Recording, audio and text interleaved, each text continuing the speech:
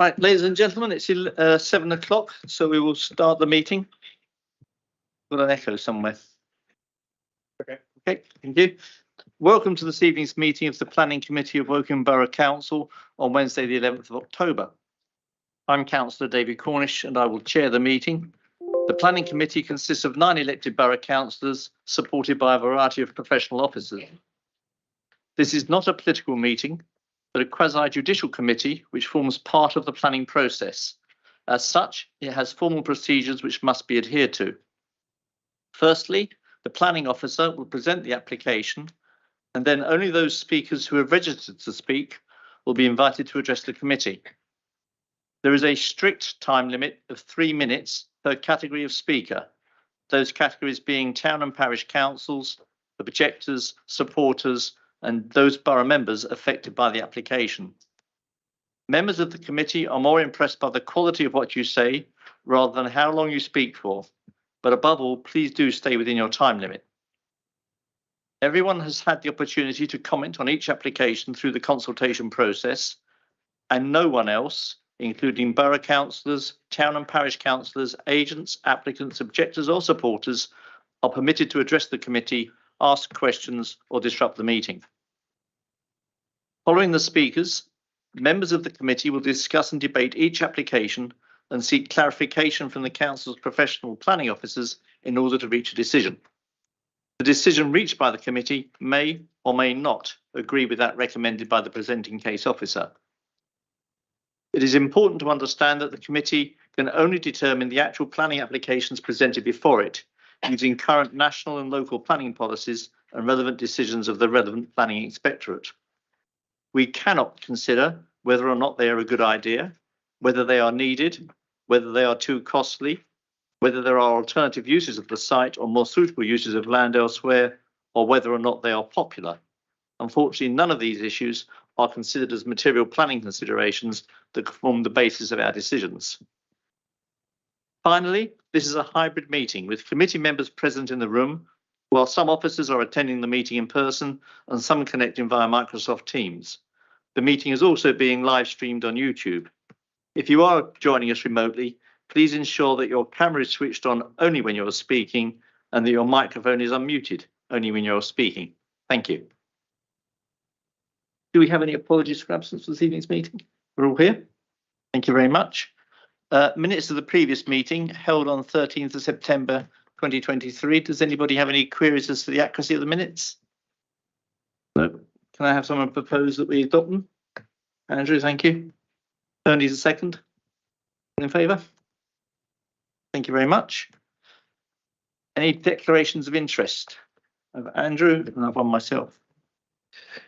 Andrew? Yes, thank you, David. I declare a personal interest with regards to agenda item 34, application number 231900, on the grounds that I'm chair of the Children's Services Overview and Scrutiny Committee, which has responsibilities for scrutinising the delivery of children's services in the borough.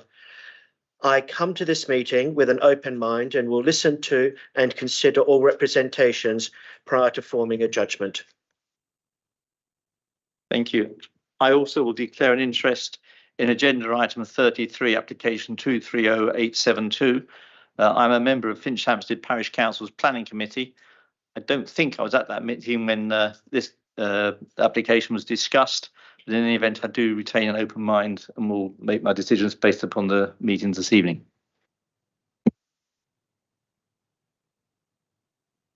Are there any applications deferred or withdrawn? No. Okay, so we are as publicised.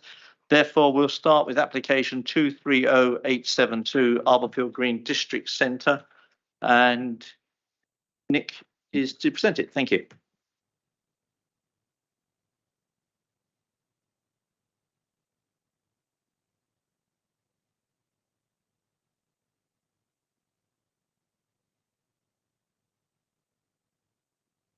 Thank you, Chair. The current application seeks reserve matters approval for a new mixed-use district centre to serve Arborfield strategic development location. The proposals include a new pedestrianised high street with 18 ground floor commercial units, 206 dwellings, a community centre building, 2 day nurseries, together with a village green area of public open space. Shown here are 2 views we experienced on our site visit last week. The first is taken from the foot of Princess Marina Drive, looking to the northeast. The second is taken from the centre of the site, looking south. Members of the committee will already be familiar with the Arborfield strategic development location. Both halves of the development, that's Arborfield Green to the north and Finchwood Park to the south, benefit from outline planning permission totalling 3,500 dwellings, and these establish the principal development across the entire SDL. Development commenced in 2016 and is now well underway. The location of the current Reserve Matters site is labelled red, shown here within the wider site and SDL. The site layout has been informed by the principles established initially through the Outline Planning Permission and is refined through extensive pre- and post-application engagement with stakeholders, officers, and an independent design review panel. A varied network of streets and spaces are proposed, served from a main access taken off the 9 Mile Ride extension. A secondary vehicular access is provided to the northwest, forming a southerly extension to Princess Marina Drive. A new pedestrianised high street provides a focal area of public realm in the village core, linking the social and commercial infrastructure to a landscape village green at the north of the site. The proposals are well connected and provide ample opportunities for all users, including those seeking to make non-vehicular trips. In accordance with the strategy established by the Outline Planning Permission, the village core is designed to function as a hub within the wider local pedestrian and cycle network. A bus interchange on the 9 Mile Ride extension will provide easy access to Leopard 3 services to Reading and Bracknell. A supermarket and public house are shown indicatively within the layout. The development enables the delivery of these elements by third-party operators, subject to future planning applications. Sainsbury's has been public about their intention to bring forward a supermarket and are looking to conclude an ongoing contractual process with Crest Nicholson shortly.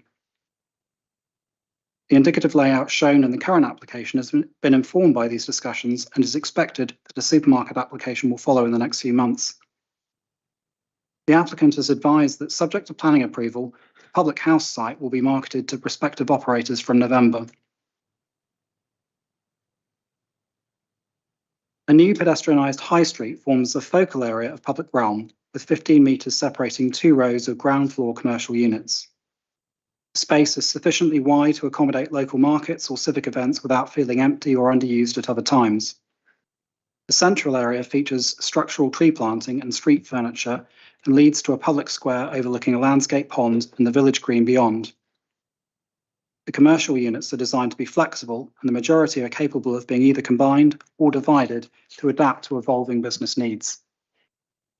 The inclusion of residential units above would ensure the high street remains an active place outside of normal retail hours. Elevations of the high street units are shown here.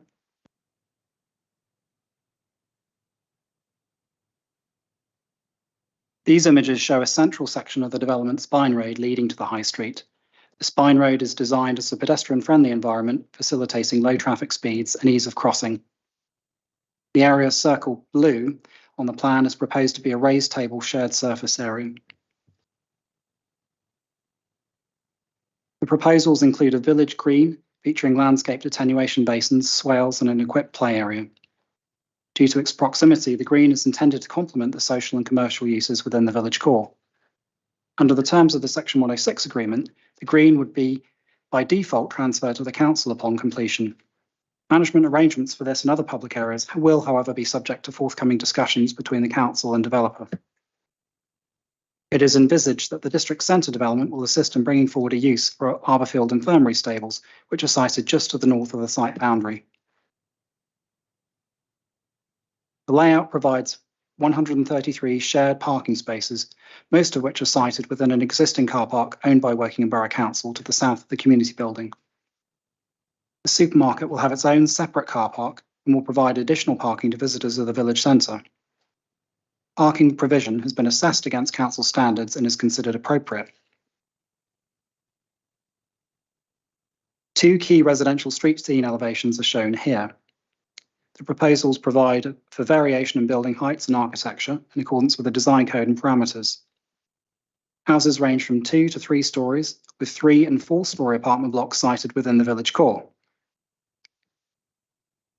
In accordance with the Section 106 agreement, 20% of the dwellings within the site will be affordable tenure.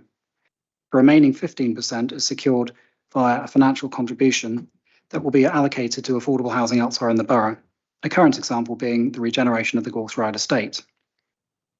At the council's request, the development includes a block specially designed to be suitable for use as supported living accommodation or specialist housing.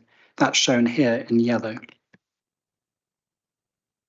As required by the Section 106 agreement, the application includes a community centre building. This facility is proposed within a vacant 2-storey unit formerly used for MOD training and is located on a prominent and conveniently accessible site within the village core, adjacent to the proposed shops and amenities. The application seeks approval for an extension and comprehensive refurbishment. It is envisaged that the building would accommodate a cafe, library, auditorium and various multifunctional community areas. Space to relocate Haysbrook Nursery is provided within the ground floor of the building's eastern wing. The potential to construct a new building instead of refurbishment has been considered. However, development appraisals show this not to be financially viable within the limitations imposed by the Section 106 cost cap. In terms of environmental impact, a refurbishment is also significantly more sustainable when compared to demolition and rebuild. A BREEAM pre-assessment report has set out a strategy for achieving very good certification as required by Outline Planning Condition 51. This includes the use of air source heat pumps. The pre-assessment also identifies the potential to go further and achieve an excellent certification. Building specification, including environmental performance, will be subject to future agreement with the council once a more detailed understanding of project costs has been established. Condition 5 requires this prior to commencement. Arrangements for the future management of the building will need to be agreed by the council in due course. However, these are not relevant planning issues for the purpose of this application. The elevations demonstrate that the external appearance could be delivered in an appropriate manner. However, further work is required to refine the elevational treatment. An example of how external materials could be applied are shown in these images. Again, this will be subject to future agreement between the council's project team and the developer. A new single-storey building is proposed for use by Poperinghe Preschool along the eastern section of the Spine Road. The building includes 4 classrooms and staff accommodation, as well as a garden to the rear for outdoor play. It is anticipated that development would commence early next year.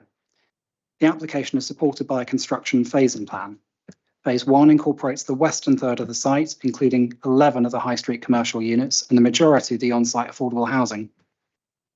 Although not part of this application, officers are advised that the supermarket site would be delivered concurrently with this initial phase.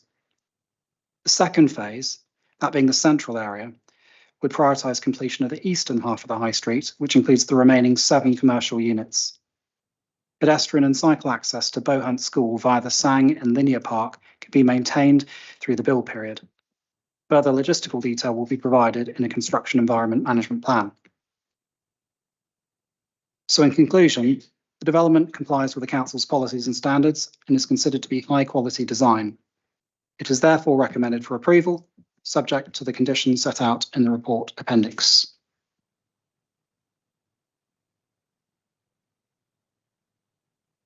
Thank you very much indeed for that. We now have, I understand, 2 speakers in the audience. We have Pamela Stubbs, who wishes to speak on behalf of Barkham Parish Council, and David Digby from Crest Nicholson. I ask you to go first. I'm looking surprised at that. I say that simply to have your name is top of the list. So. And I'll remind you, you do have 3 minutes, please. Thank you.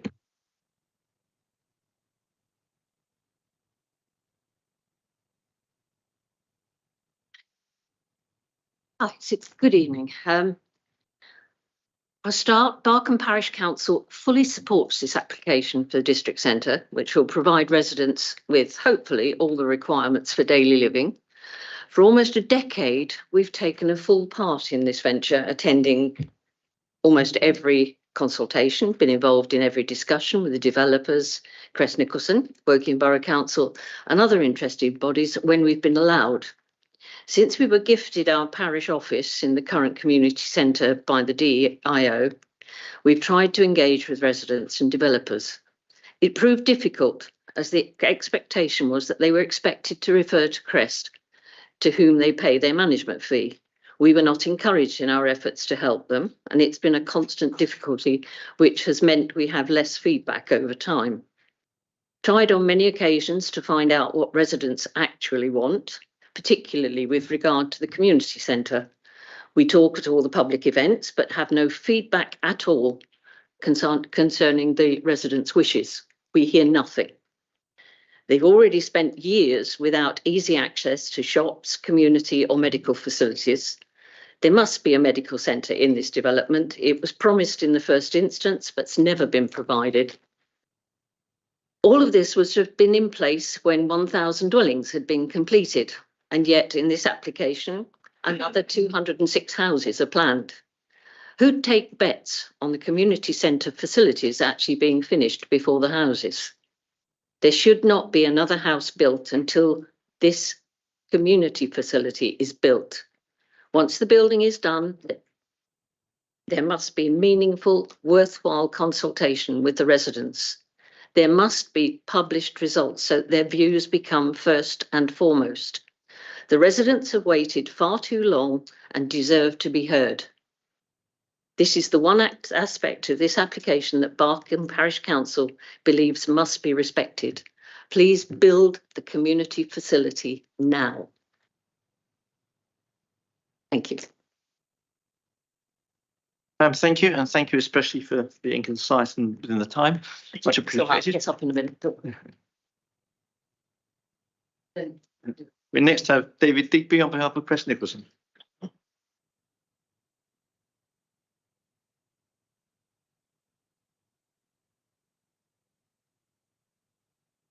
Thank you, Chair, and good evening, members. My name's David Digby, Senior Development Manager for Crest Nicholson.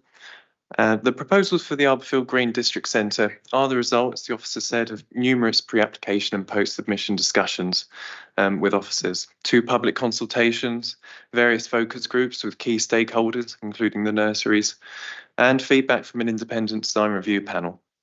This collaboration has interrogated and refined every aspect of the proposals to ensure that they will deliver the vibrant centre that this local community needs. Included are more than 10,000 square foot of new shops within a pedestrianised new high street, the new community centre and nursery and preschool, and the village green with the children's play area, new tree and wildflower planting, and cascading ponds that wrap around the end of the high street. Sustainability has been a key theme of discussions with officers. Active travel is promoted with walking and cycling connections in all directions, connecting into Bowhunt School. A range of different size shops is proposed, with flexibility to separate or combine these to attract a wide range of businesses and to adapt to changing demands in the future. All buildings are designed to be highly energy efficient with wastewater heat recovery, PV panels, and active vehicle charging points, electric vehicle charging points for every home, and provision for the commercial as well as passive provision. The new commercial space achieves pre-am very good without burdening the shop tenants, and the community centre, as the officer said, has potential to achieve excellent, subject to the specification, which we'll agree via condition. The supermarket and pub layouts, whilst details will follow in later applications, are the result of the close design collaboration with potential operators, so we know that these proposals meet their needs and can be delivered promptly.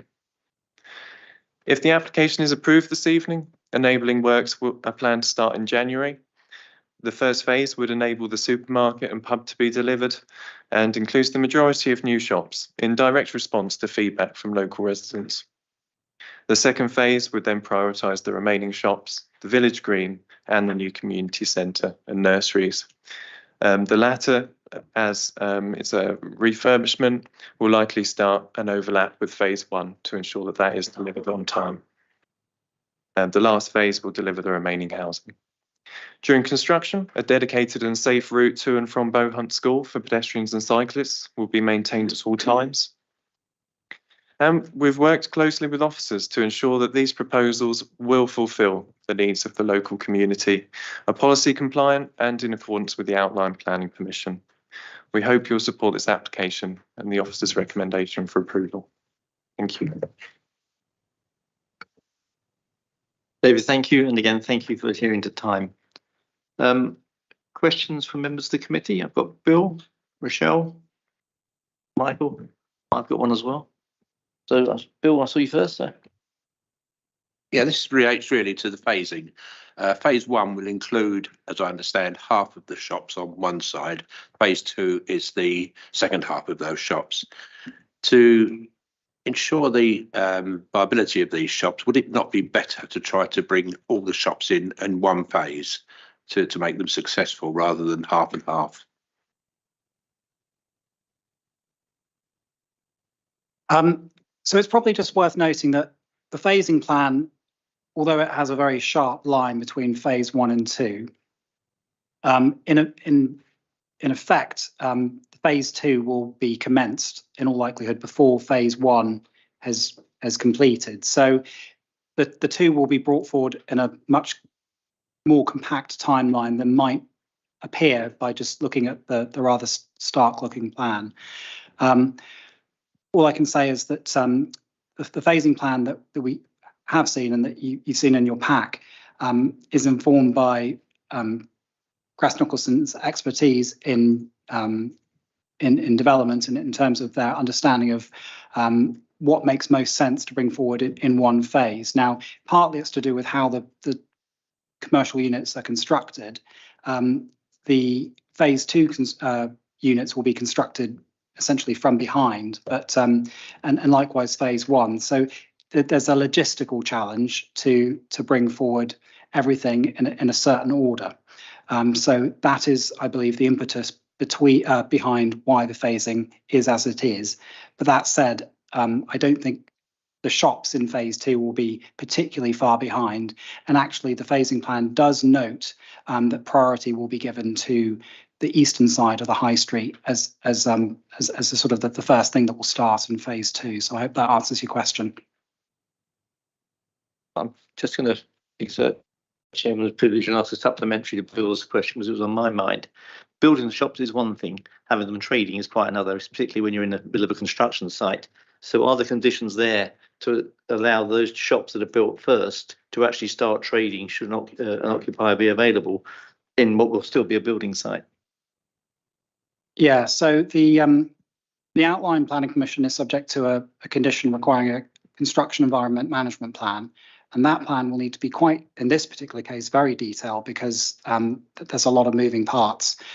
So that will need to consider the safety of users of those shops to make sure that it can be brought forward in a safe manner.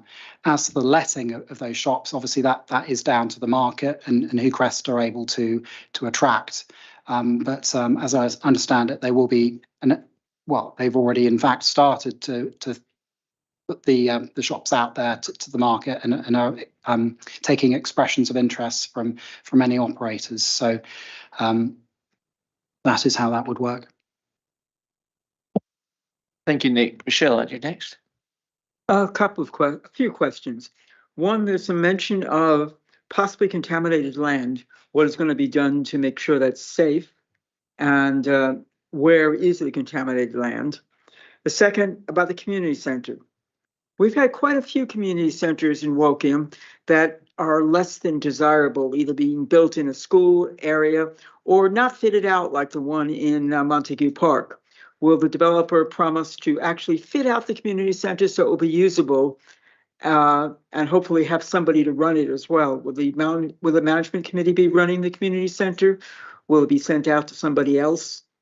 Honestly, you're talking about shops. If you look in Woking Town, Reading, any other town in the vicinity, you'll see a lot of empty shops.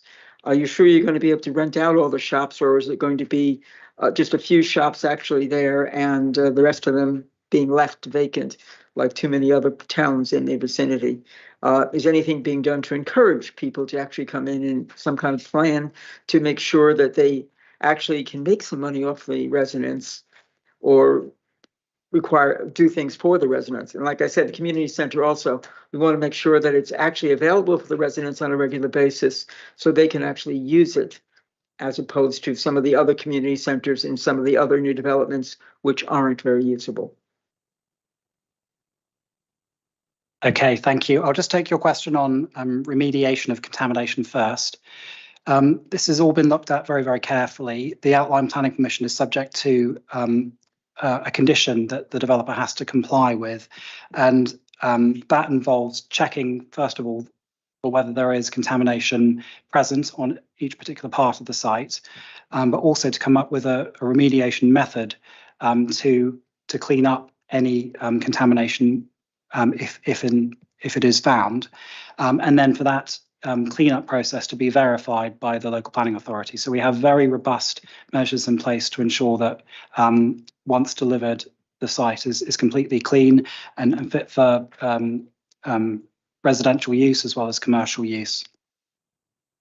In terms of the community centre fit out,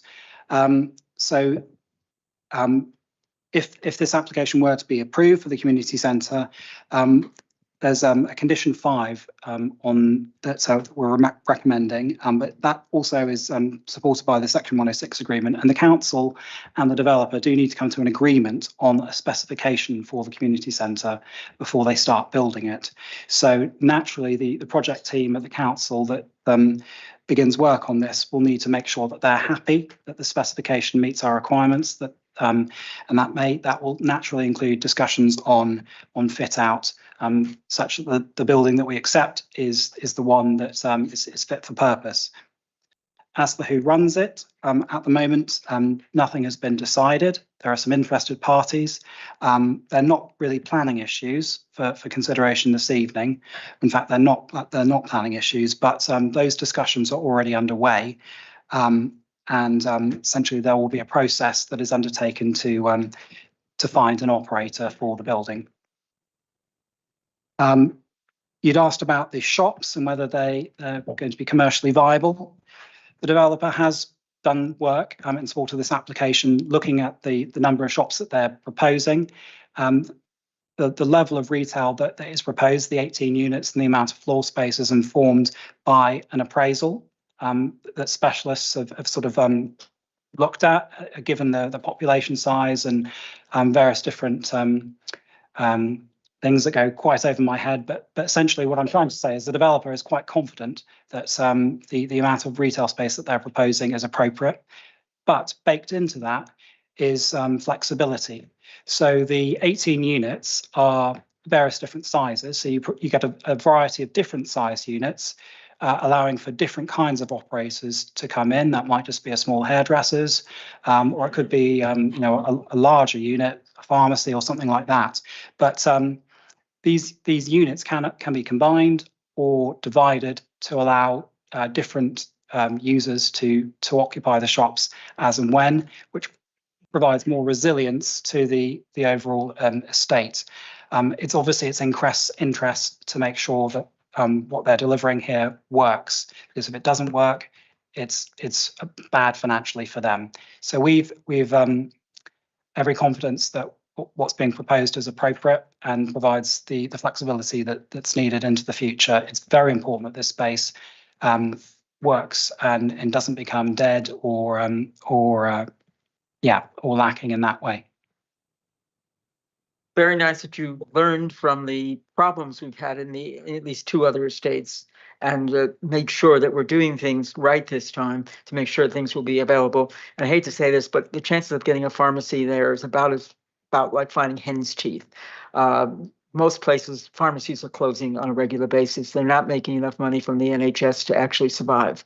So there are very few of them. Michelle, can I say that's a statement rather than a question, or rather the questions came through me as chair, please? Thank you. Tony, I think you're next.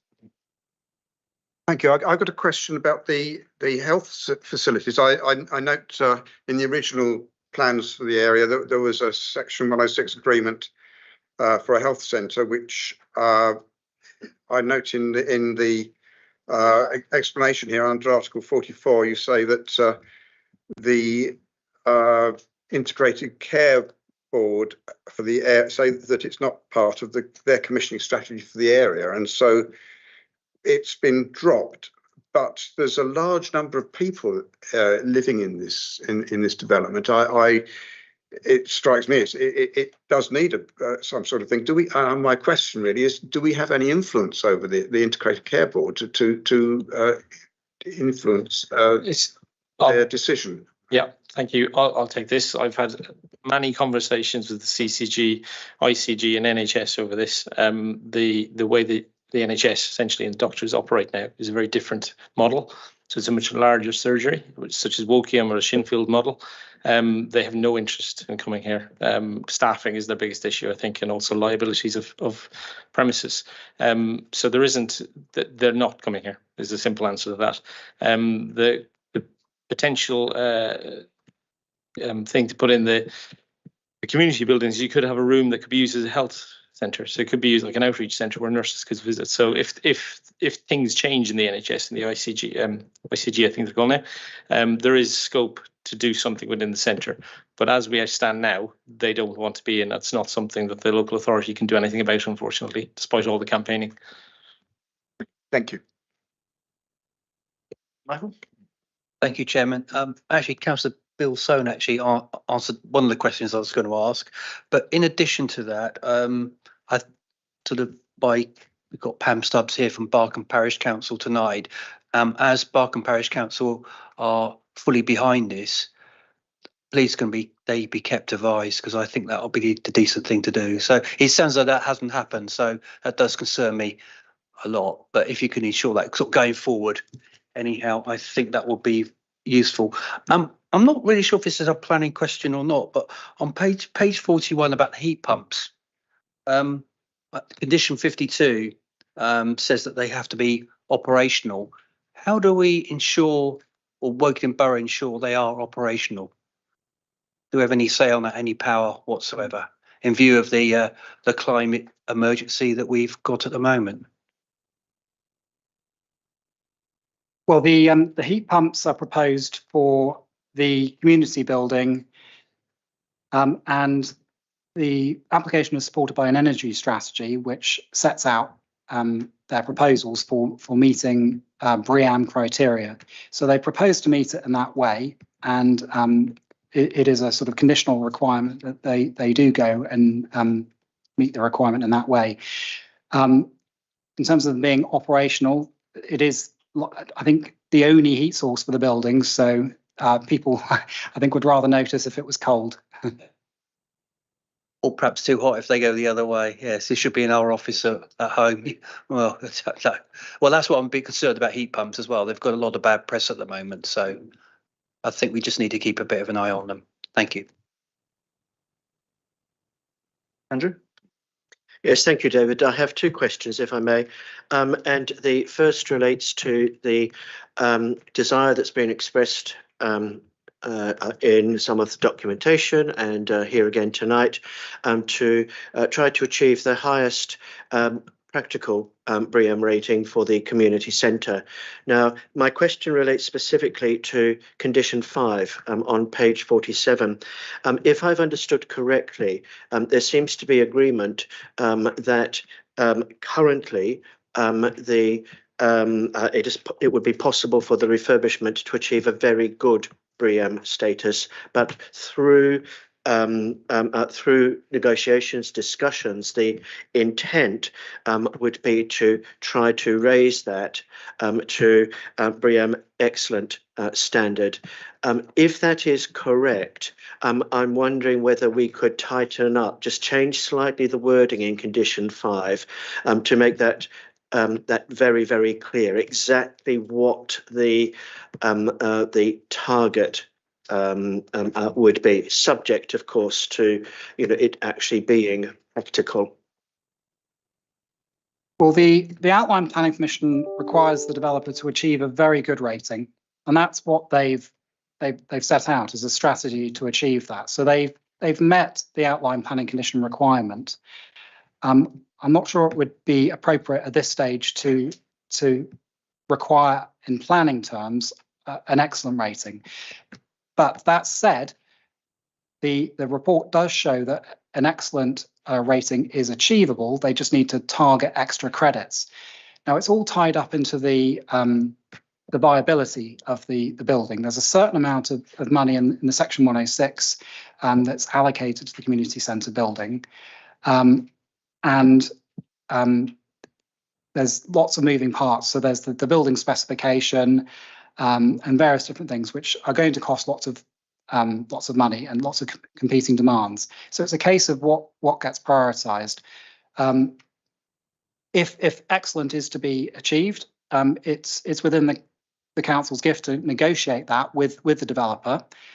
If there isn't the money there for it, in the Section 106 cost cap, it might be that an alternative funding source could be found to sort of top up to meet the excellent rating. I don't know, but in terms of requiring excellent as a planning condition, I don't think that would be appropriate to do through this consent. But that's not to say it can't be achieved. It's up to us, really. Just answer that, yeah. So the current policy compliancy is very good. I know the council has got the climate change interim policy, but until we have a new local plan, that is an aspiration. So what we need to do is we need to aspire to get to that point, but we can't force developers to do that. So yeah, we can't change the condition. Very good is the best we can do at the moment, but it's within the council's gift going forward to try and increase it to excellent if we can. Okay, thank you, Nick and Conor. I understand that. I'm just wondering whether we might, as a committee, wish to then have it minuted, perhaps in the form of an informative, that we would support the officers' activities, to try to negotiate, a BREEAM excellent standard. Thank you. I do have one other small question, small but very important question, something I was delighted to see also on page 47, condition number 8, public art. As I said, I was very pleased to see that there, and it will help to really create a very special space, for residents and other users. I did feel, though, that there was perhaps not quite as much information there as I would have liked or expected. Unless I'm missing something, I can't see any indications of the amount of money that would be allocated to what the expectation would be, in terms of numbers of installations and so forth. Well, the application before us this evening is supported by a landscape master plan, and that identifies 3 potential locations for public art, and they've sort of shown indicatively what that might look like and the locations. The thing with public art is you need to get it right, and it's not something you want to do in a rush, and it's potentially something you want to be consulting the local community on, and to go through a process. So that's the reason why it's been conditioned, as opposed to tried to have been worked up in any great detail now. All I can say is the developer is committed to putting in some kind of public art, but it will be to the council, therefore, to look at what they come up with and make sure that we consider that it's appropriate. Public art doesn't necessarily have to be hugely expensive, but I think it does need to be the right public art for the right space that takes into account the site surrounding its heritage. So yeah, the condition does sort of set out a process for reaching an appropriate endpoint. And yeah. Just one other thing to add. Because this is a reserve matters, we can't. So the Section 106 has already been signed, so we can't put additional sums of money in for requests in this. We have used this condition elsewhere, and it has been successful. as planners, we don't really want to get involved in the what the art is, so to speak, because it's not our place to do it, and we get criticised enough for most things. So, as well as public art to be lovely, but yeah. So I think this condition does cover it. I think Crest have probably proven that they are committed to public art. They've spent a lot of money on the horses down there already, and obviously the district centre, the village centre is I think one of the key things to make it successful is it being a very good space, and we feel it's going to be a very good space. It's got a lot of benefits around it that a lot of local centres don't have, and it's got a secondary school, which is always helpful for footfall, as you were saying about vacancies and viability of shops. So I think we're pretty comfortable with this condition that it will do what it needs to do, because they need to do the engagement, and we know Crest are committed to it as well. So. I've got a few questions of my own. I'll come back to Wayne. 2 or 3 questions. Firstly, just a point of clarity about phasing. Can we be sure that the existing nursery won't close until the new one is actually opened? Because I think that will have a massive impact on residents, and particularly parents on the site, if that's the case. Secondly, we're all aware of the comment about the community centre. And the fact that its future usage or design, indeed internal design, is still very much up for grabs. What doesn't seem to be up for debate is that building or nothing at the moment. Is it fair to say, in factual terms, the only community centre on offer is in the building that is identified on the site?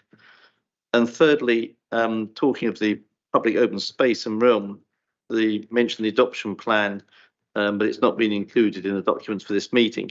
So can we have some clarity on what is going to be transferred to the council, what's going to be retained by the developer or transferred to a management company? There are conditions. There's condition 7 on page 47 of the notes. I have a question about how will this be more enforceable, given the experience that some residents have had on the development to date?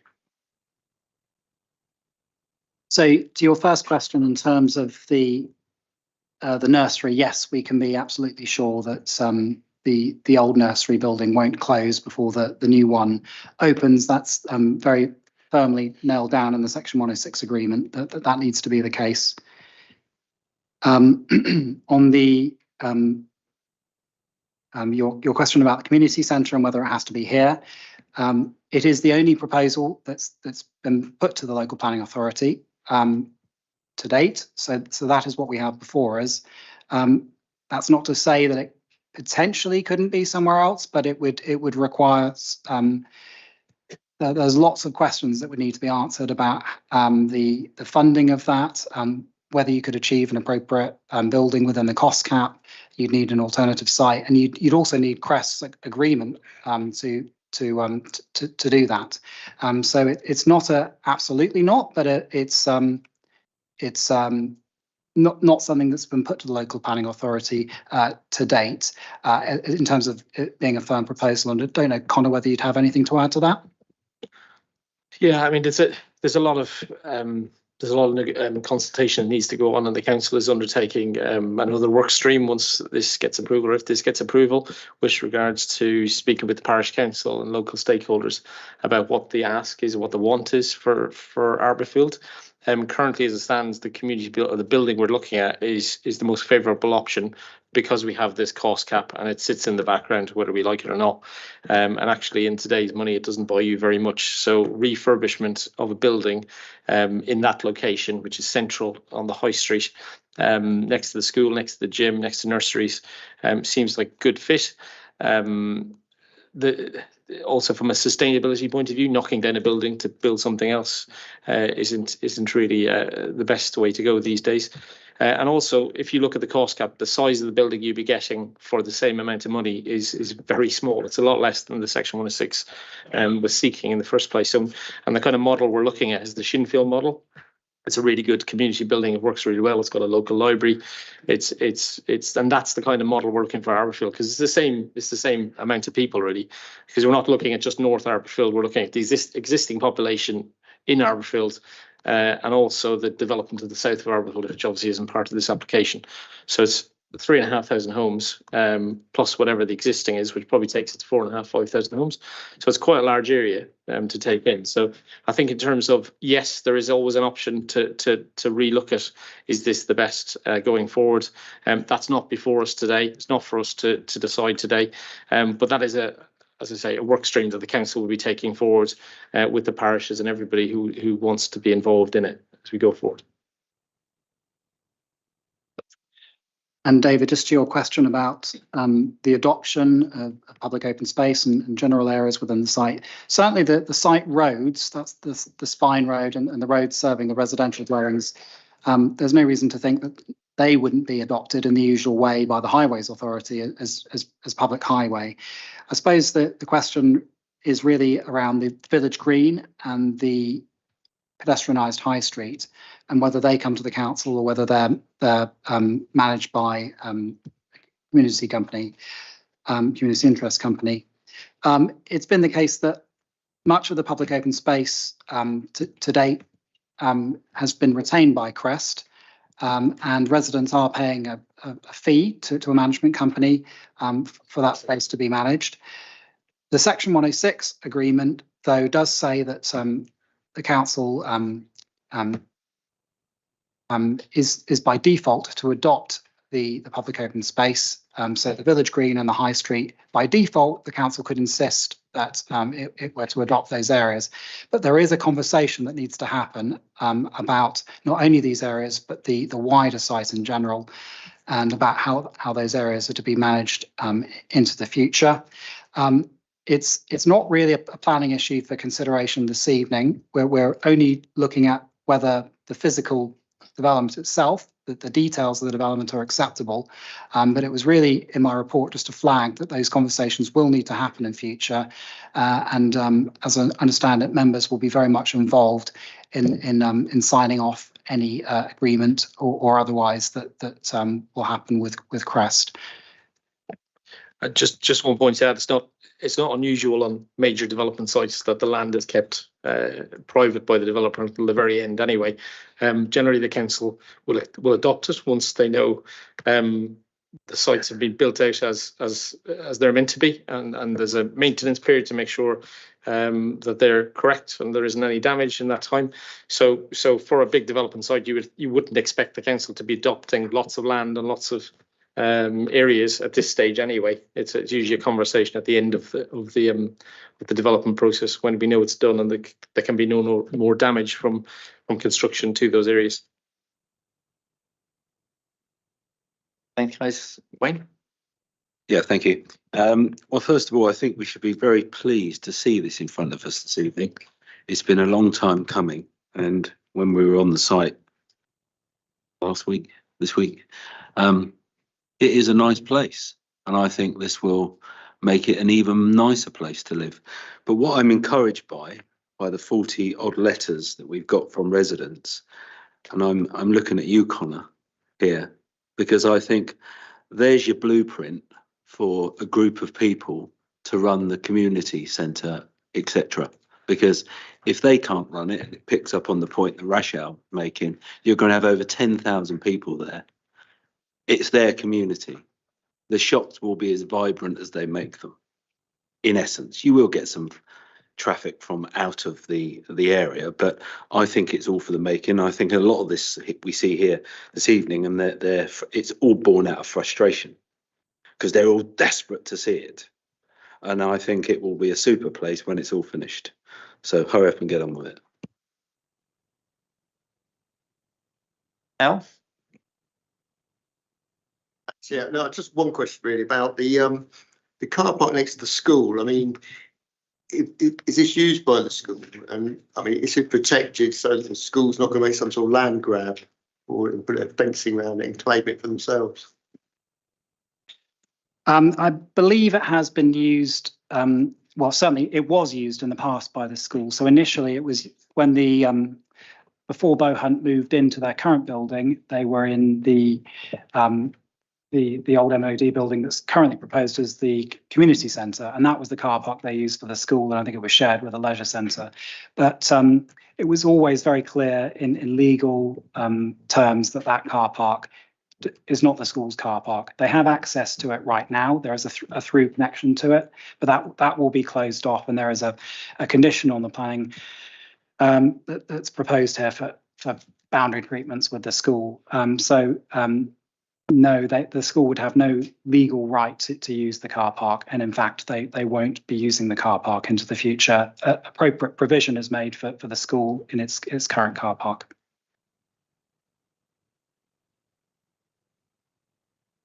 Michelle?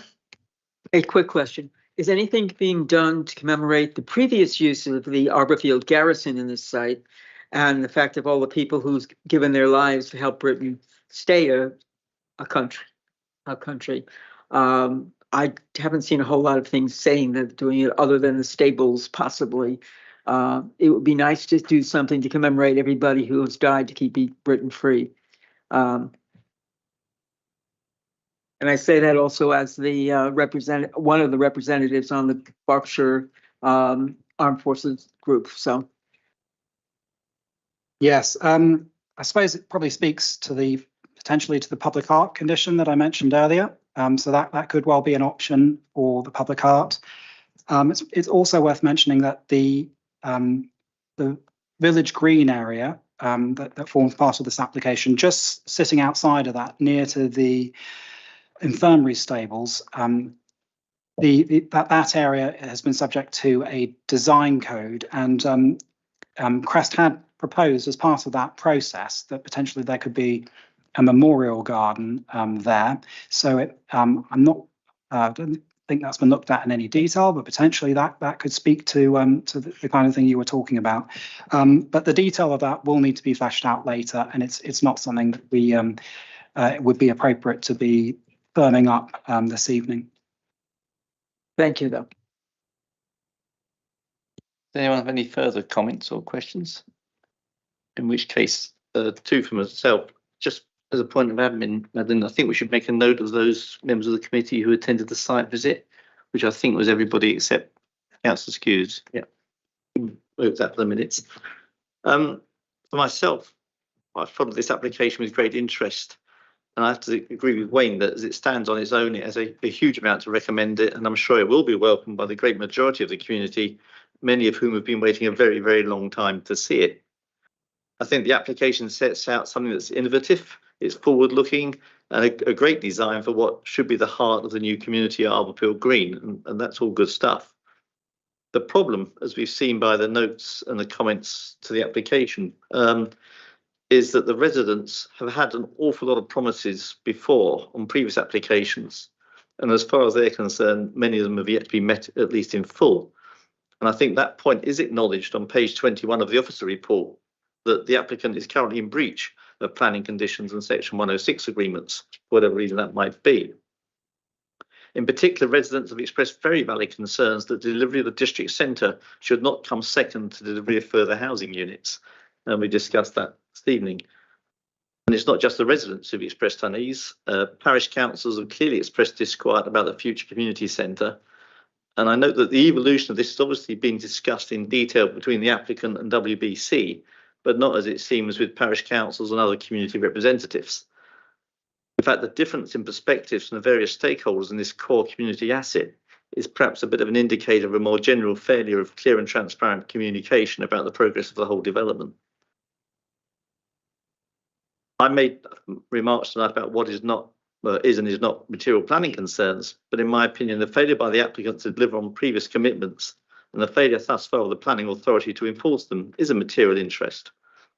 But having said all of the above, and while I personally do retain considerable reservations about the plan for the community centre building, I think the application in general is a very good one, and I will certainly vote to approve it. But in doing so, I think it is relevant for the committee to point out to the applicant and the WBC planning team that the Arborfield community, by their comments, have demonstrated a very considerable loss of faith in both parties, and that all those involved will be wise to see this application as an opportunity to finally deliver on all that's been promised for so long. So unless there's any further comment, I'm happy to propose that we accept this application. Have a seconder? Bill? Those in favour? That's unanimous approval. Thank you. And thank you to our speakers this evening as well.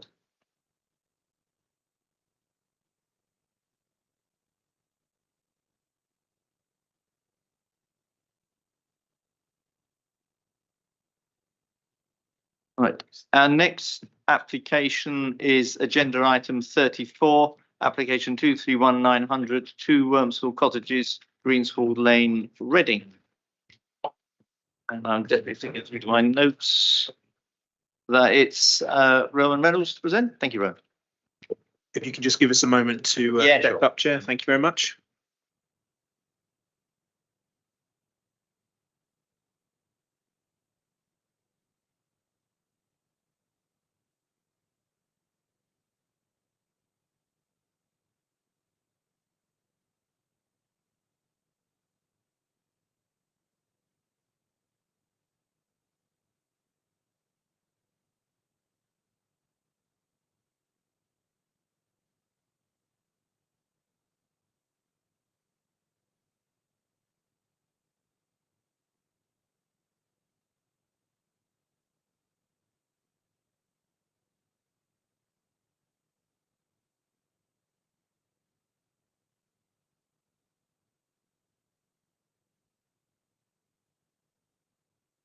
Thank you, Chair, and good evening to all.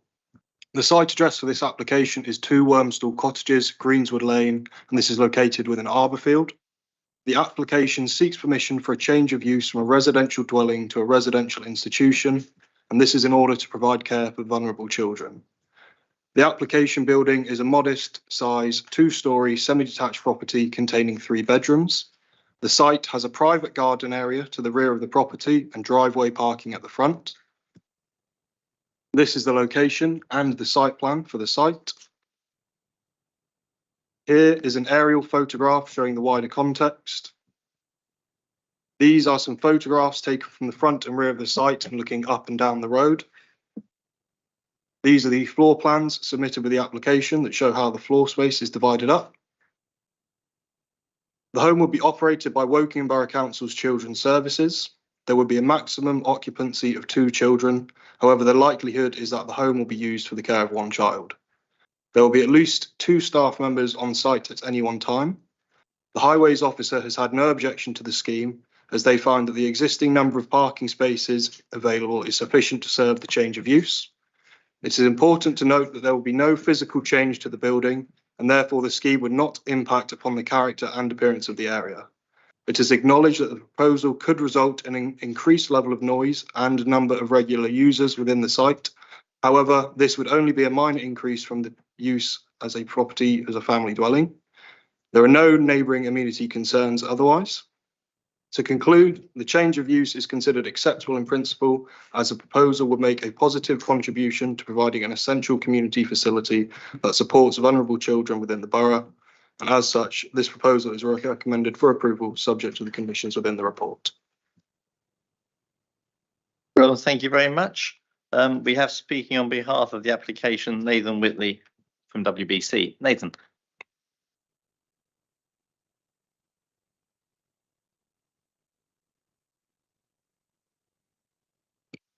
Thank you, Chair, and thank you, committee. I find myself here again a number of weeks after our first application for another children's home.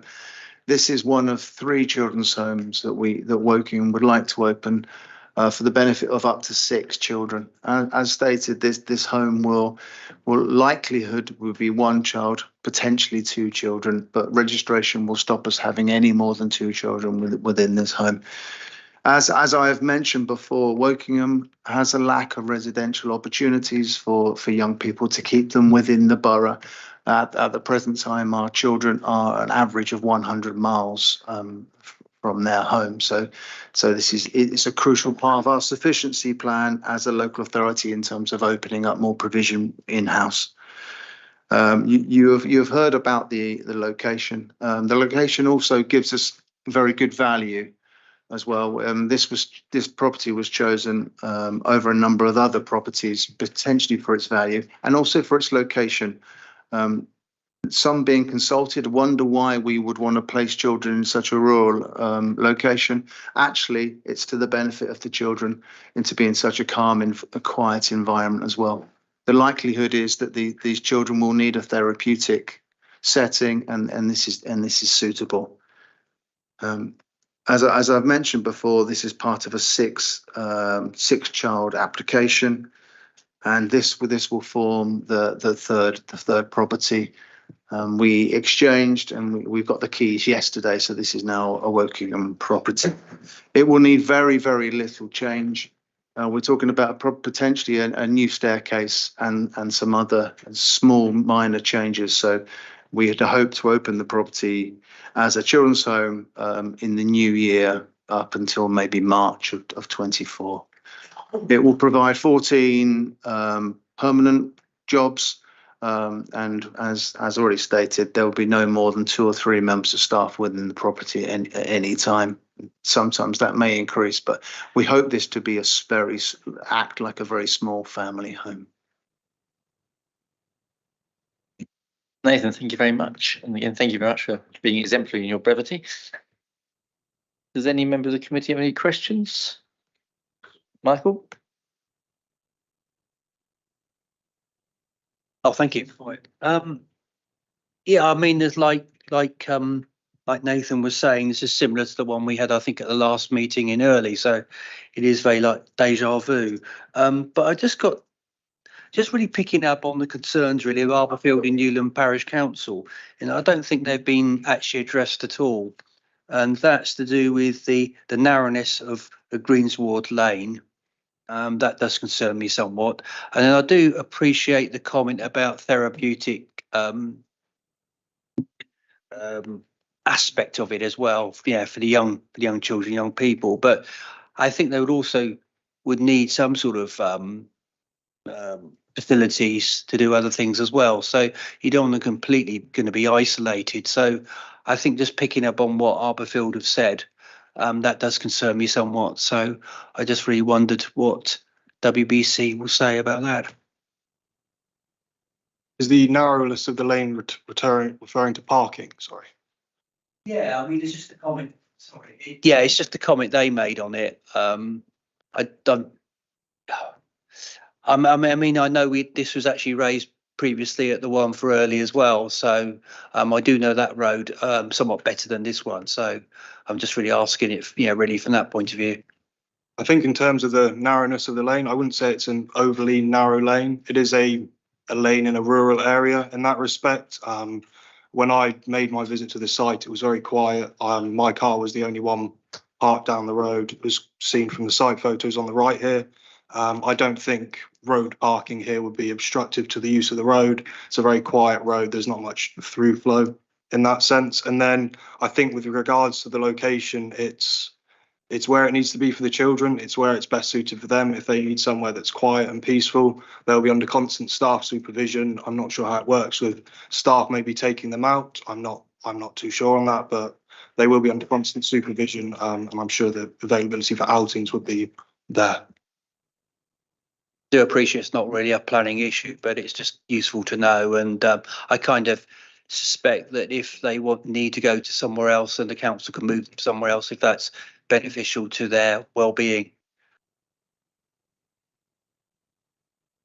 Yeah. Well, just say that, I mean, before the Arborfield bypass was built, I mean, this was rat run, but now it's actually a very quiet road. So it's much quieter than it used to be.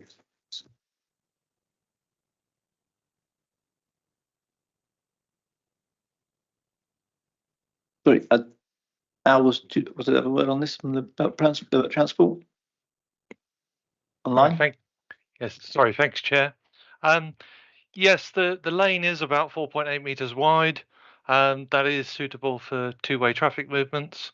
There's about 25, maybe a little bit more dwellings and an equestrian centre, but the road is open at both ends, and as you've already heard, that's generally wide enough to accommodate most flows. I think much of this section probably has traffic flows about 15 to 20 vehicles in an hour, so it's pretty quiet, as has already been said, but it's also 250 metres away from a bus service if people need it. Alan, thank you. Does anybody else have any further comments? But it must seem to me when I read this that I can't see the change of use would have very much impact other than that would differ from an ordinary family taking residence in the house in terms of vehicle usage and traffic and so forth.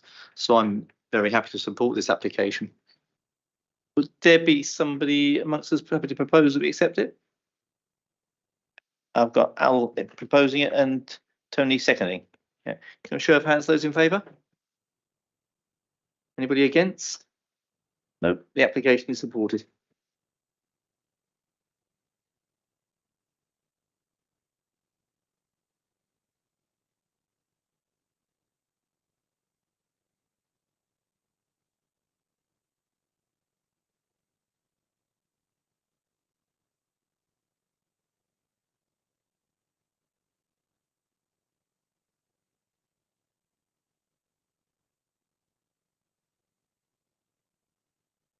Right, we now have agenda item 35, which is application 222304. And I'm finally finding out which officer is in charge of this. It's Andrew. Thank you.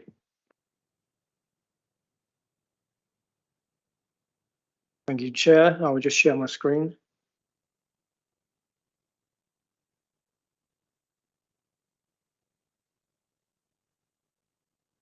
This is application 222304 relating to land adjacent to Lane End House. It is a full application for the proposed erection of 6 dwellings. It's not shown.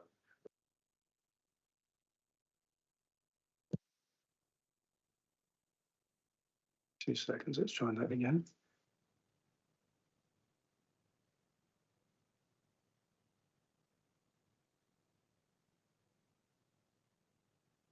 How's it?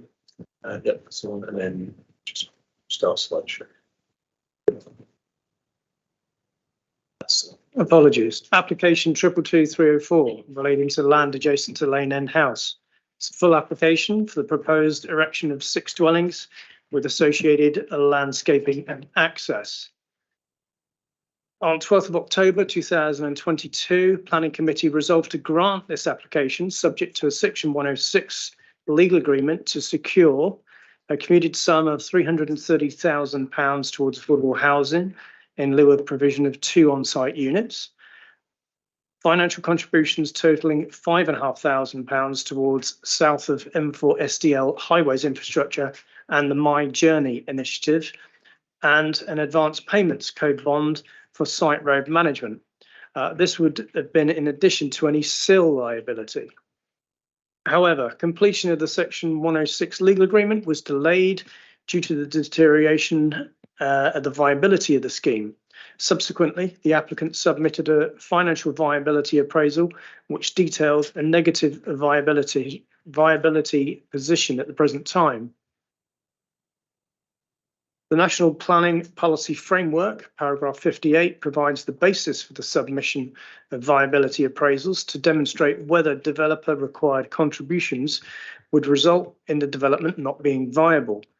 The submitted viability appraisal identifies that many factors have played a part in affecting the viability of the scheme. These include, but are not limited to, increasing interest rates, professional fees and building materials, and a lowering house prices. The local planning authority appointed a professional accredited valuer to independently assess the applicant's financial viability appraisal. In assessing the financial viability appraisal, the council's consultant valuers have taken account of the Royal Institute of Chartered Surveyors guidance note assessing viability in planning, the National Planning Policy Framework, the National Planning Policy Guidance Notes for Viability, and the RICS Professional Statement on Financial Viability in Planning. While not all aspects of the applicant's financial viability appraisal were agreed by the council's valuers, they did concur that the scheme is presently in financial deficit and therefore unable to provide an affordable housing contribution while delivering a suitable return for the developer, as advised by the National Planning Practice Guidance Notes. The NPPG guidance notes recognises that 15 to 20% of gross development value may be considered as a suitable return or profit for developers. In accepting this position, the council's valuer has recommended that a late stage review is undertaken to ensure that the viability of the scheme is more accurately assessed towards the end of the construction phase. Paragraph 12 of the officer's report refers. The late stage review would be secured via the Section 106 legal agreement, and if the viability of the scheme had positively changed at that point in time, the council would get 60% of all the excess developer profits as a financial contribution towards affordable housing in the borough via a deferred payment mechanism. Notwithstanding any late stage viability discussions, the developer would still be liable to make SIL contribution of approximately £340,000. However, the status of policy CP5 and the guidance contained within the Council's Affordable Housing SPD predates the publication of the MPPF, which maintains the position that the provision of affordable housing should not be sought for residential developments under 10 dwellings. Hence, in line with the tilted balance under paragraph 11D, any previously identified harm is not considered to significantly and demonstrably outweigh those identified benefits, provided a late stage viability review is secured as discussed. The supplementary agenda amends the recommendation to ensure that the Section 106 legal agreement would secure financial contributions towards the south of M4 SDL and My Journey in full upon commencement of development. So therefore, only the affordable housing financial contribution would fall to be considered under the late stage review, and the deferred payment mechanism as part of the Section 106. The supplementary agenda also adds administrative Section 106 clauses and provides for an alternative recommendation of refusal if the legal agreement is not completed within the agreed time frame. So in conclusion, the application is recommended for approval, subject to the updates in the supplementary agenda, and the conditions and informatives listed in the main report. The Section 106 to secure A, a deferred payment mechanism for affordable housing, B, the policy compliant highways related financial contributions, and C, an advance payments code bond for site road management, or authorise refusal of the application in the event of the legal agreement not being completed within 3 months or within an extension otherwise agreed by officers. Thank you, Chair. Andrew, thank you. We have nobody speaking either for or against this application, so I invite committee members who may wish to comment or speak. Andrew, Al. Sure, when you see this sort of small sense of deja vu coming forward, but I'll go to Andrew. Andrew was first.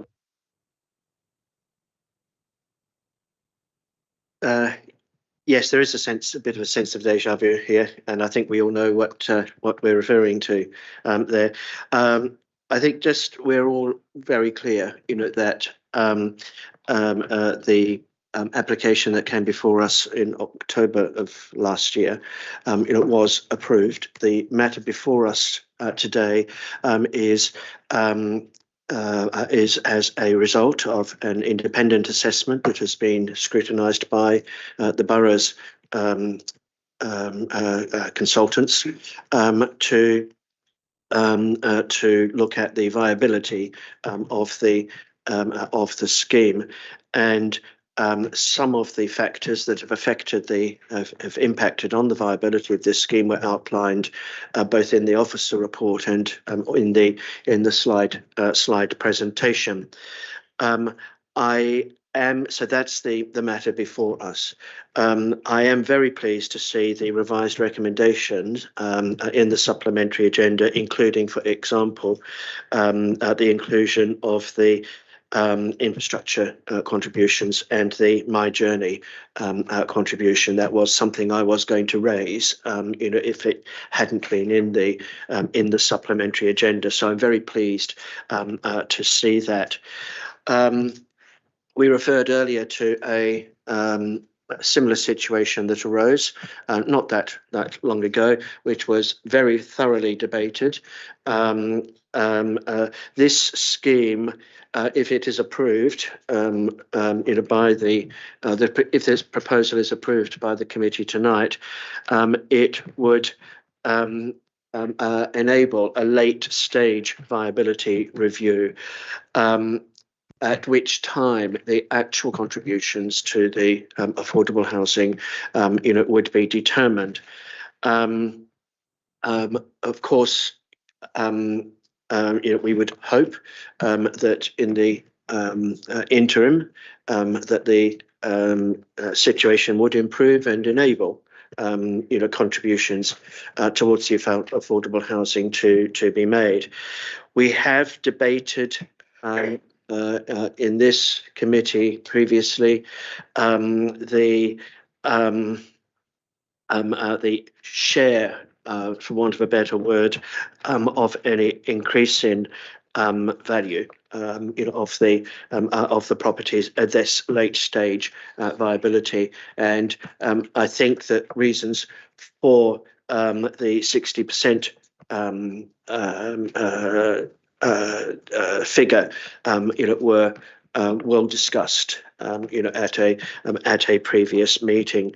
So I am inclined to support the revised recommendations here because I do believe that the situation has changed, and this is a proposal. Whilst it's obviously not what we had hoped for and expected, when we approved this application back in October of last year, I think it does take into account what has been assessed independently and by our borough officers and their consultants, as changed circumstances. Andrew, thank you. Al?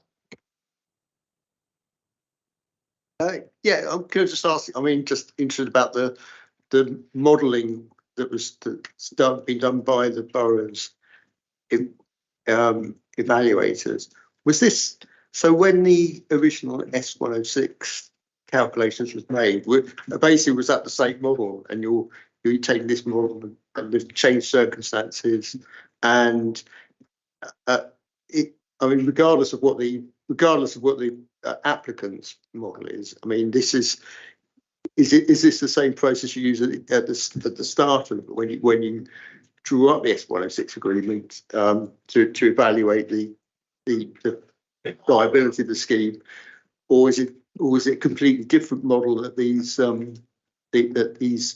professional evaluators you can bring in? And is it something that's done in-house to start with? Does that make sense?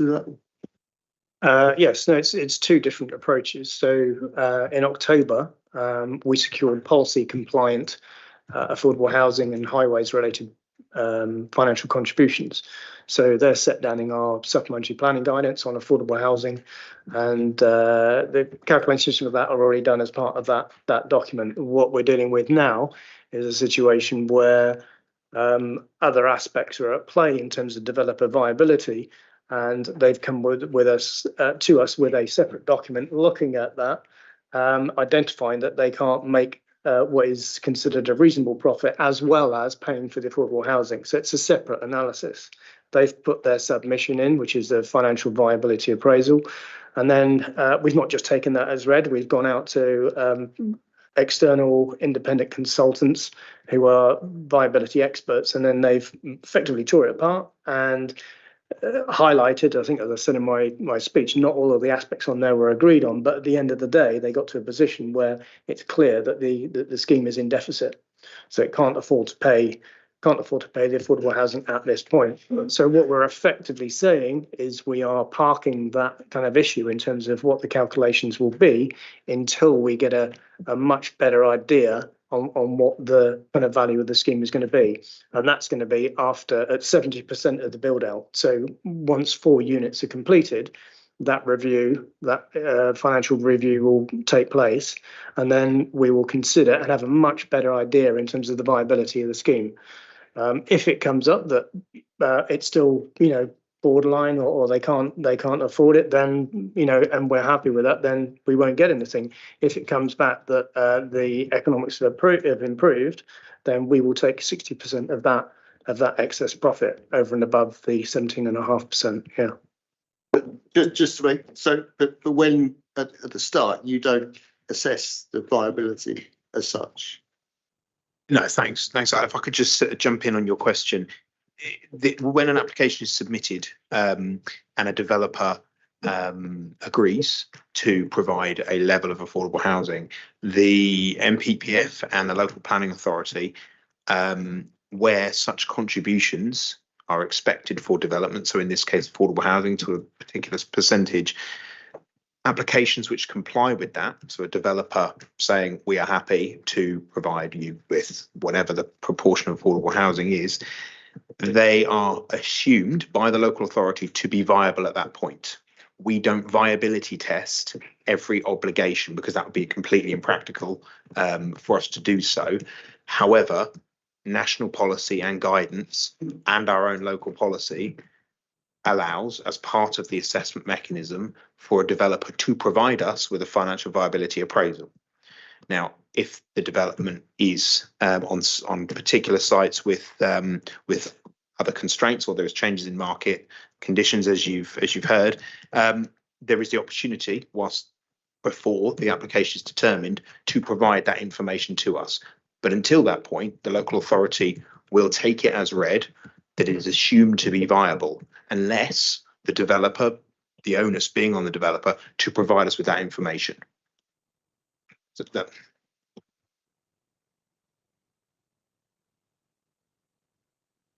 So we're approving or rejecting an application when we have no clue what the contribution to affordable homes is whatsoever until they actually at the very last minute. So we have no clue, is what you're saying. No, I wouldn't say that we have no clue. We've got a good idea at the moment that it's not viable at this point in time. Issues in terms of viability change through time, as economics do. So the most pragmatic approach, and as laid down through national planning policy guidance, is to assess the viability of the scheme throughout its lifetime. So we're not just going to accept that because now it's not viable. We're saying we need to kind of defer that analysis in much more detail at a point when we know exactly the type of bricks they've used, exactly the kind of interest rates they've got in terms of, you know, the finance they've taken out, and then we can be much more certain in terms of what they can provide us in terms of affordable housing contribution. It's probably just worth adding that the system that we're operating in, the planning system, whilst many may find it unresponsive in terms of viability and allowing schemes to come forward, it has a degree of responsiveness built in so that changing circumstances can be taken on board. It's not just a fixed moment in time because nothing possibly would get built in a recession, and so on. So again, things, as Andrew has rightly said, things do change. And as a local authority, we have the ability to ensure we capture and recover, if a scheme becomes profitable, that change in, with affordable housing. Thank you. I've got Tony and then Wayne. Yeah, I was shown an advertisement today by specialist accountants who are advertising their services to a range of developers' account affairs so that they would minimise the amount of S106 they had to pay or reduce. There are such people out there, and I just, without going to the nitty gritty of this, and obviously I can't see the hole in it, if you like, that we have an independent assessor going in, but I'm somewhat cynical looking at this. It appears to me they're trying to use some such system to minimise any payments. Shocked that members of this committee can think of a developer as being cynical. Wayne. I'm going to let Andrew off tonight. I've wasted a life on this subject, and you won't get anywhere. It's the dead easy one. Buy the land expensive. It's non-viable, and so you don't have to do it. It's dead simple. So in my next life, I will be doing that, but there's nothing we can do. Have any further comment from anybody?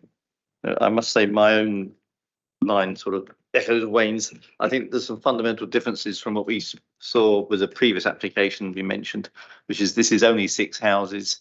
So it is below the MBPF sort of threshold for social housing, which only weakens our case further. There is a not insignificant sum of SIL being paid alongside this, and the contribution of other monies, small though it is. So I think I echo Wayne's point of view. We are where we are, and we should probably approve this application and move on.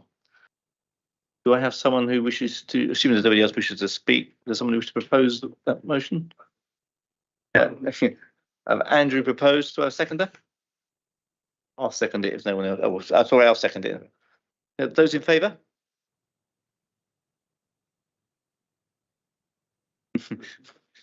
There is no compulsion to. Yeah. Yeah. So I'm recording that as 8 in favour, 1 abstention.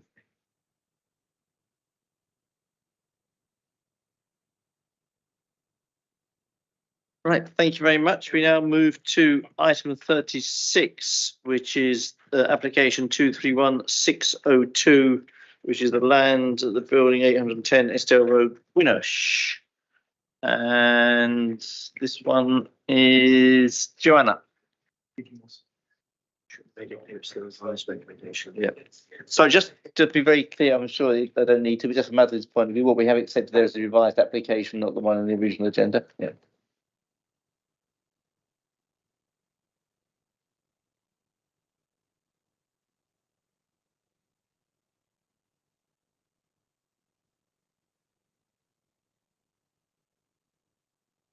Thank you, Chair. Good evening, members.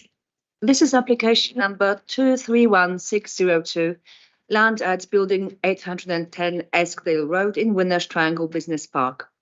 The application seeks permission for the proposed erection of a soundstage building for commercial filming with access, parking, landscaping, and associated works following demolition of the existing buildings. The application site is indicated here with a red outline. It lies south of Eskdale Road within designated core employment area shown with a purple shading. The location of the site within core employment area means that the principle of development is acceptable, given that the proposals relating to film production would generate employment. This is the aerial view of the site with recently completed building at 820 Eskdale Road to the east, and film studio, soundstage and workshops to the north and northeast. This slide shows the proposed floor plan. The existing 3 access points would be retained, with a new pedestrian crossing proposed to connect the site with film studio buildings on the opposite side of the road. The proposal would also deliver enhancements to public realm along the northern boundary. This slide shows the proposed elevation to the west and north. And here we have the proposed elevations to the south and east. The following slides contain photos of the site and its surroundings. This is the existing building when viewed from the west, and here when viewed from north. And this is the existing elevation to the east. Here we have the proposed main access to the north, with the recently completed building at 820 Eskdale Road in the background. In summary, the proposal is considered acceptable and is recommended for approval, subject to conditions and informatives, completion of an associated legal agreement, and updates in the supplementary agenda. The recommendation is also to authorize the refusal to grant permission in the event of legal agreement not being completed within the 3 months or within the extended period agreed. Members should note Councillor Prue Bray's comments with respect to the delays in completing of the Section 106 agreement on the previous scheme. As a further point, the ward member Councillor Paul Fishwick provided a comment after the supplementary agenda had been issued, in which Councillor Fishwick agreed with Councillor Bray's statement. For clarification, the reasons for the delays in signing of the Section 106 agreement are due to the drafting process of the Section 106, which is complex and has involved numerous parties, and which has been further delayed due to the writers' and actors' strike. However, following recent discussions with the applicants, officers expect the negotiations to be concluded in very near future. Officers concur with Councillor Pruitt-Bray's statement and support the request for a 3-month time limit with additional flexibility built in to agree an extension. Thank you very much. Thank you. Does anyone have any comment or question? Sure, please, yeah. My only comment is that I'm jumping the gun. Wayne has correctly reprimanded me. We do have a speaker, the agent, Mr. Jonathan Rowlett, on behalf of the to speak on behalf of the proposal. Jonathan, my apologies. You still only have 3 minutes.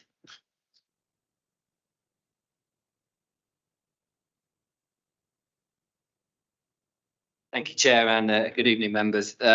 The scheme you have before you is a key constituent of the growing creative quarter in Winnersh, providing additional soundstage floor space to strengthen the film industry in the borough, creating significant level of employment both through the construction phase and during the operation of the facility.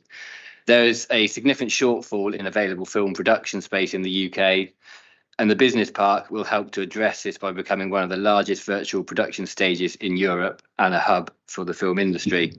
As I'm sure you're all aware, the industry is well established in the area and already is a key part of the local economy.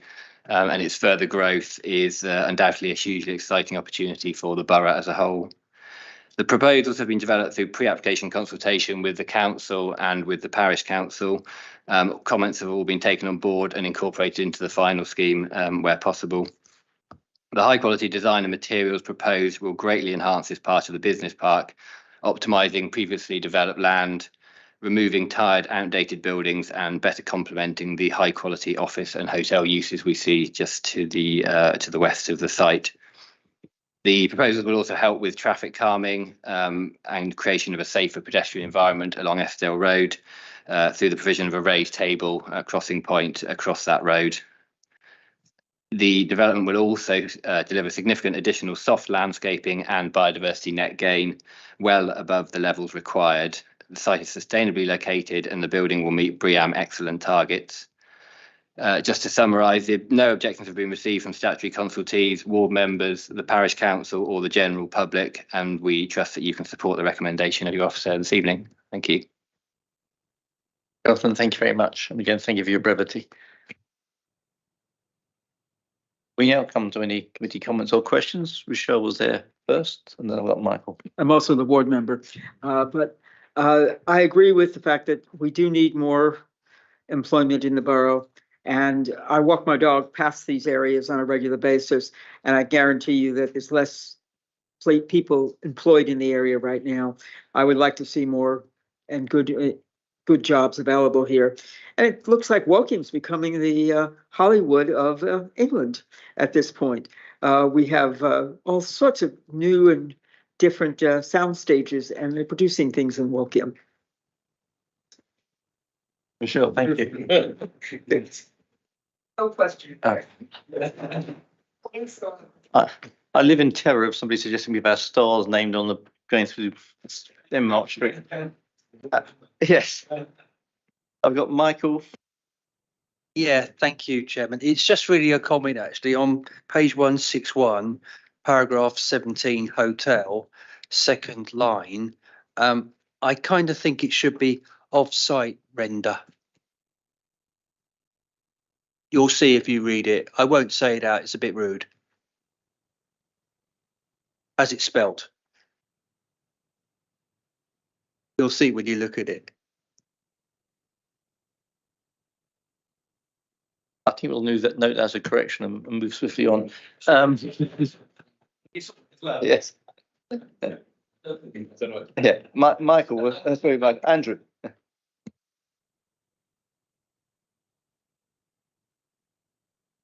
Yes, thank you, Joanna, for your presentation. And My apologies. not a problem. Oh. Okay, thank you, Joanna, for your presentation, and also Jonathan. I think that this application has lots of merit, including I was particularly pleased to see the 20% net biodiversity gain and the BREEAM excellent standard that will be achieved amongst many other very positive features of this application. So unless there are other people who wish to speak on this matter, I'd be very happy myself to propose that we accept this application with the updates as outlined in the supplementary agenda.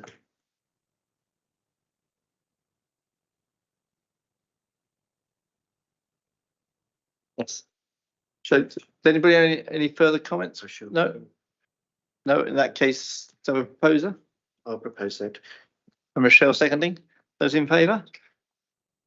The application is approved with noted amendment. Thank you.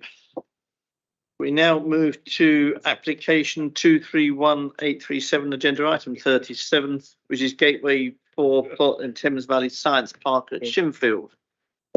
And Christopher Howard is the officer. Thank you, Chair, and good evening all. I'll just get my presentation loaded. Bear with us a second. Take the pen from that, somebody.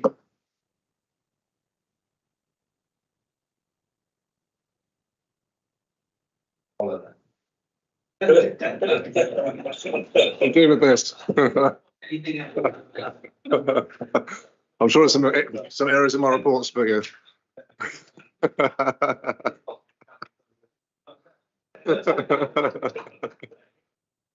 Oh dear. What's the point then? Yeah.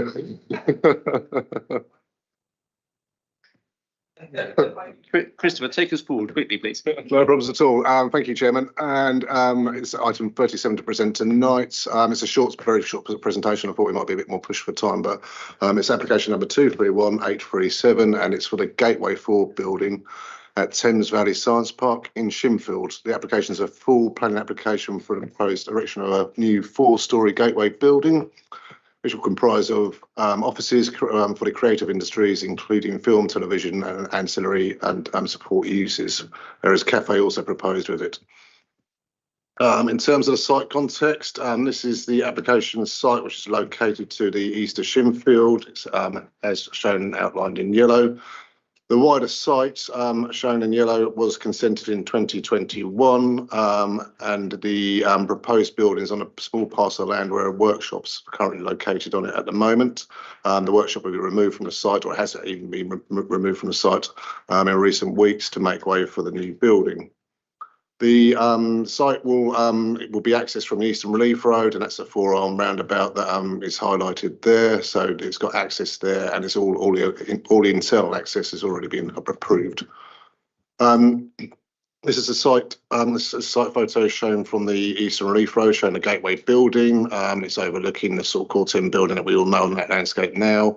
The applicant has looked at this as part of the context to try and look at the materials for the proposed building, which we'll see in a couple of slides' time. This is from within the site. This is on South Avenue. And as you can see, the workshop building is in the background there, which has since been taken down. This will be relocated onto the wider site as a separate application for that under consideration at the moment. And as you can see, the Gateway building is to the left, and you have the Rutherford building to the in the background there. In terms of site layout, the site will sit on the footprint as shown outlined in red, and it is a and the footprints of the stage buildings can be seen to the north of the site, as well as a multi-storey car park in the top corner here. The parking facilities for the main studio will be sufficiently oversized to cater for the needs of the proposed building. These were oversized as part of the 2021 application. A similar facility was withdrawn from that application because it's in a less suitable location as proposed at the moment. Moving on to the floor plans, elevations, and some perspective views. These are the elevations, and as hinted earlier, it's sort of the choice of materials here is a nod to the Gateway building with the Core 10 material. It has a sort of a band along the sort of middle of the building to break up the massing of what is quite a tall building. There's also glazing detail in there also to break up the massing. For the floor plans, this shows a detail of the ground floor plan on the larger plan. There will be 2 50-seat screening rooms which have been included, which are shown in light pink. And these, there's also a cafe, which is shown in light green. The building could facilitate community use as required as part of Section 106 agreement for the planning approval for the main site.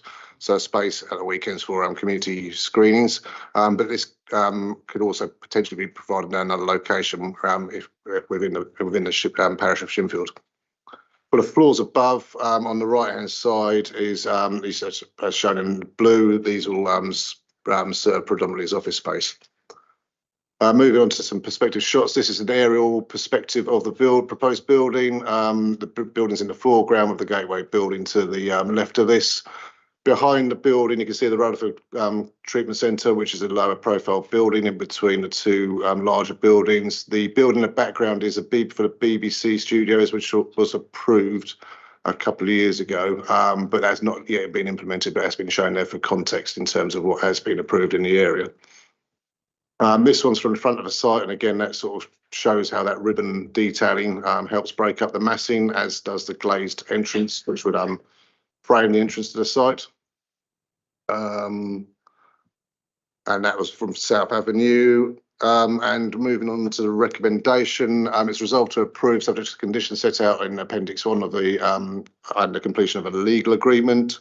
There is a deferment which should this not be signed within 6 months. The committee refused the application under delegated powers unless a longer timescale is agreed by the chair of planning committee and assistant director. And there was just a couple of points on the members' update that weren't really too substantive. It's just a correction to the resolution in terms of the administration points which have been picked up in earlier presentations, and just another point in terms of the sequential test, which in this case we consider is not required because it's located within a core employment area. Thank you. Christopher, thank you very much. We have Mark Owen to speak on behalf of the agent. Thank you. To speak on behalf of the applicant.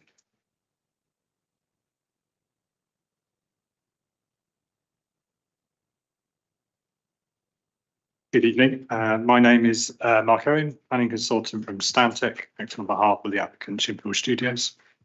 The proposal for your consideration is a new building at the Gateway 4 plot at the Thames Valley Science Park. This proposed building provides space for creative industries, including film, television and ancillary supporting uses in connection with the wider Shinfield Studios.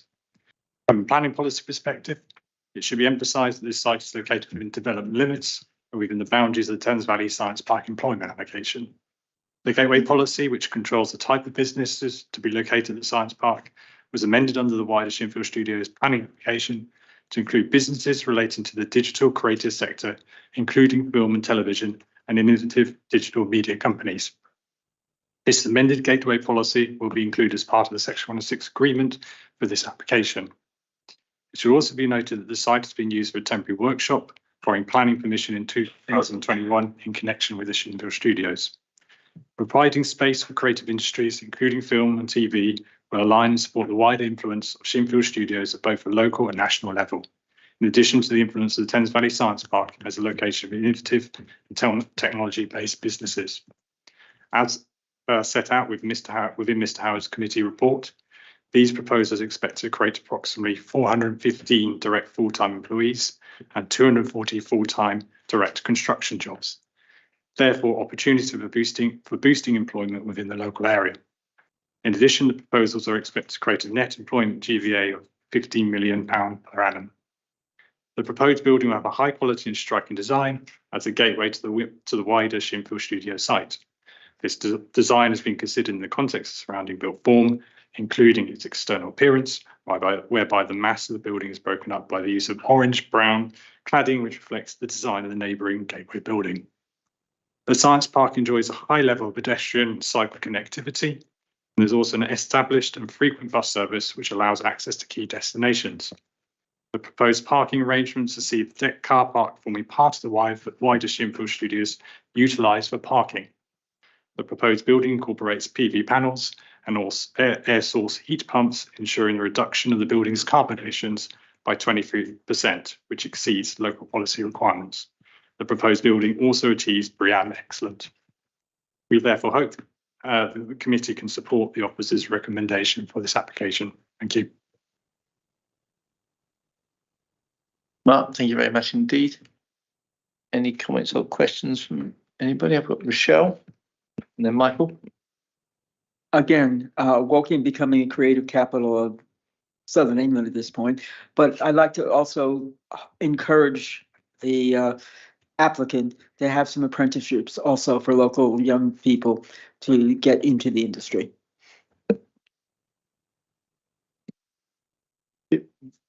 Michael? Yeah, thank you. Perhaps going on, that's an exciting application, so I wish it well. But there's just one thing that does sort of concern me a little bit, and just really to put my mind at rest. It's on page 208, paragraph 33. It makes mention of dark grey cladding. My concern is going to be a pretty obvious question, I think, in view when you hear cladding, is it fire retardant?